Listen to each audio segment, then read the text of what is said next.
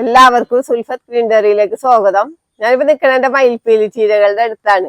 അപ്പൊ മയിൽപ്പീലി ചീര എന്ന് പറഞ്ഞാൽ കണ്ട മയിൽപ്പീലി പോലെ ഇതിന്റെ ലീഫ് ഇരിക്കണത് കൊണ്ടാണ് ഇതിന് മയിൽപ്പീലി ചീര എന്നുള്ള പേരുള്ളത്. കാണാൻ നല്ല ഭംഗിയുള്ള ചീരയുണ്ടാ. അപ്പൊ നമുക്ക് മഴക്കാലത്തൊക്കെ കൃഷി ചെയ്യാൻ പറ്റിയ ഒരു ചീര തന്നെയാണ് കണ്ടത്. ഇപ്പൊ നല്ല മഴക്കാലത്ത് നമുക്ക് കൃഷി ചെയ്തിട്ട് നല്ല രീതിയിൽ തന്നെ കണ്ട വന്നേക്കണുണ്ട്. ഈ നിറച്ച് ശാഖകളൊക്കെ വരും കണ്ട.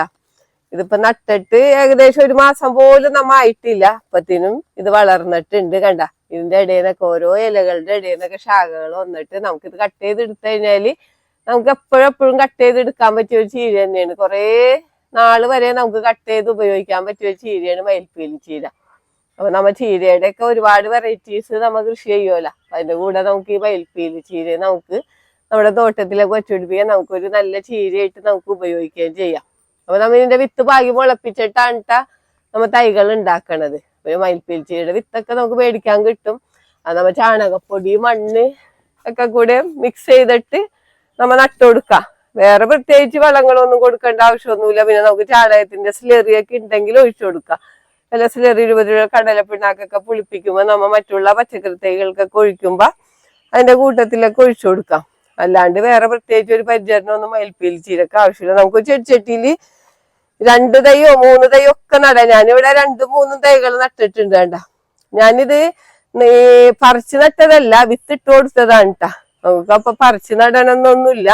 നമുക്ക് വിത്ത് നമുക്ക് ചട്ടിയിൽ നേരിട്ട് ഇട്ട് കൊടുത്താൽ നേരിട്ട് ഇട്ട് കൊടുക്കുമ്പോന്ന് വെച്ച് കഴിഞ്ഞാല് നല്ല ഗ്രോത്തിൽ തന്നെ വളർന്നു വരും. നമ്മ നേരിട്ട് ഇട്ട് കൊടുത്ത വിത്തുകളാണ്. അപ്പൊ ഞാനിവിടെ വേറെയും ചട്ടികളിൽ കണ്ട ആഫ്രിക്കൻ മല്ലിയൊക്കെ നട്ട ചട്ടിയിലും ഒക്കെ ഇട്ട് കൊടുത്തിട്ടുണ്ടായിരുന്നു കണ്ട. അപ്പൊ ഇതിലും നന്നായിട്ട് തന്നെ വന്നിട്ടുണ്ട് ചീര കണ്ട. ഇതിന്റെ തണ്ടുകൾ ഒക്കെ കണ്ട ഇതേ റെഡ് കളർ തന്നെയാണ്. ഒരു വയലറ്റും പിങ്കൊക്കെ കളറിന തണ്ടുകളാണ് ഇതിൻ്റെത്. ഇലകളാണ് ഇതേപോലെ. പിന്നെ നല്ല റെഡ് കളർ കണ്ട. നല്ല കാണാൻ നല്ല ഭംഗിയാണ്. ടേസ്റ്റ് ആണ് കേട്ടോ. കഴിക്കാനും ടേസ്റ്റ് തന്നെയാണ് മയിൽപ്പീലി ചീര. അപ്പൊ മയിൽപ്പീലി ചീരയുടെ വിത്തൊക്കെ ഞാൻ ഒരുപാട് പേർക്ക് ഞാൻ അയച്ചു കൊടുത്തിട്ടുണ്ട്.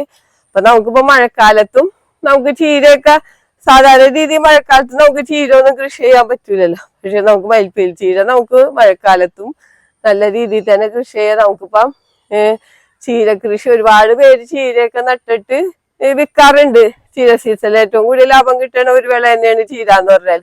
അപ്പൊ നമുക്കിതൊരു വെറൈറ്റി ആയിട്ട് നമുക്ക് മയിൽപ്പീലി ചീരയും കൃഷി ചെയ്യാം. അപ്പം എന്ന് പറഞ്ഞാൽ നമ്മുടെ തോട്ടത്തിൽ നല്ലൊരു അലങ്കാര ചെടിയായിട്ട് തന്നെ തോന്നും. കാണാൻ നല്ല ഭംഗിയാണ്. നിക്കണ കാണാൻ തന്നെ നല്ല ഭംഗിയാണ്. അപ്പൊ നമുക്കൊരു അലങ്കാര ചെടിയായിട്ട് പോലും നമ്മുടെ തോട്ടത്തിൽ വെച്ച് പിടിപ്പിച്ചാൽ നല്ല ഭംഗിയുള്ള ചീര തന്നെയാണ്. അപ്പൊ നമുക്ക് ഇന്ന് ചീര കുറച്ച് വിളവെടുക്കാം കേട്ടാ. അപ്പൊ നമ്മ ഇത് വിളവെടുക്കും തോറും നമുക്കിത് കൂടുതലായിട്ട് നമുക്ക് വളർന്നു കിട്ടണതാണ് മയിൽപ്പീലി ചീര എന്നൊക്കെ പറഞ്ഞു കഴിഞ്ഞാല്. പിന്നെ നമ്മുടെ വീട്ടിൽ നട്ടു വളർത്തുമ്പോന്ന് വെച്ചാൽ നല്ല പ്രത്യേക ടേസ്റ്റ് തന്നെയാണ് ചീരക്കെട്ടാ.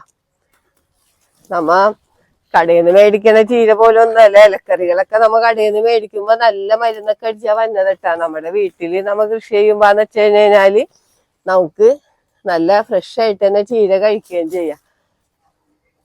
അപ്പൊ നമ്മുടെ വീട്ടില് നമുക്ക് ചീരക്കെന്ന് പറഞ്ഞു കഴിഞ്ഞാല് നമുക്ക് ചെടിച്ചട്ടിയിൽ നടാ, ഗ്രോ ബാഗിൽ നടാ, മണ്ണിലൊക്കെ നടാട്ടെ. നമുക്ക് ഈ കണ്ട നല്ല വലിപ്പമുള്ള ഇലകൾ തന്നെയാണ്. നമുക്ക് ഒരു 3-4 കട മതി നമുക്ക് ഒരു നേരത്തേക്ക് ഈ ചീരയൊക്കെ നമുക്ക് തോരൻ വെക്കാനൊക്കെ. അപ്പം നമ്മുടെ വിത്തുകളൊക്കെ നമുക്കിന്ന് മേടിക്കാൻ കിട്ടും. വിത്ത് പാകി മുളപ്പിക്കുകയാണെങ്കിൽ ഏറ്റവും പെട്ടെന്ന് തന്നെ വിളവെടുക്കാൻ പറ്റിയ ഒരു വിളയാണ് ചീര എന്ന് പറയുന്നത്. നമ്മ നട്ട് കഴിഞ്ഞ് കഴിഞ്ഞാല് ഒരു 20 ദിവസം കഴിയുമ്പോഴൊക്കെ തന്നെ നമുക്ക് വിളവെടുക്കാൻ പറ്റും. അപ്പൊ ചീര എന്ന് പറയാം, ഇലക്കറി എന്ന് പറയാൻ നമ്മുടെ വീട്ടിൽ നിന്ന് എല്ലാ ദിവസവും നമുക്ക് ഒഴിച്ചുവിടാനാവാത്ത ഒന്ന് തന്നെയാണ് ഇലക്കറികൾ. അപ്പൊ ഇലക്കറികളുടെ കൂട്ടത്തിൽ നമ്മ പലതരം ചീരകൾ നമ്മ വീട്ടിൽ വെച്ച് പിടിപ്പിക്കുമല്ലോ. അപ്പൊ നമുക്ക് അതിന്റെ കൂടെ നമുക്ക് ഈ മയിൽപ്പീലി ചീരയും വെച്ച് പിടിപ്പിക്കാം. ഈ വീഡിയോ പറ്റി എന്തെങ്കിലും അഭിപ്രായങ്ങളോ സംശയങ്ങളോ ഉണ്ടെങ്കിൽ വീഡിയോക്ക് താഴെ കമന്റ് ചെയ്യുക. വീഡിയോ ഇഷ്ടപ്പെട്ടാൽ ലൈക്ക് ചെയ്യുക. വീഡിയോ ഇഷ്ടപ്പെട്ടാൽ ഷെയർ ചെയ്യുക.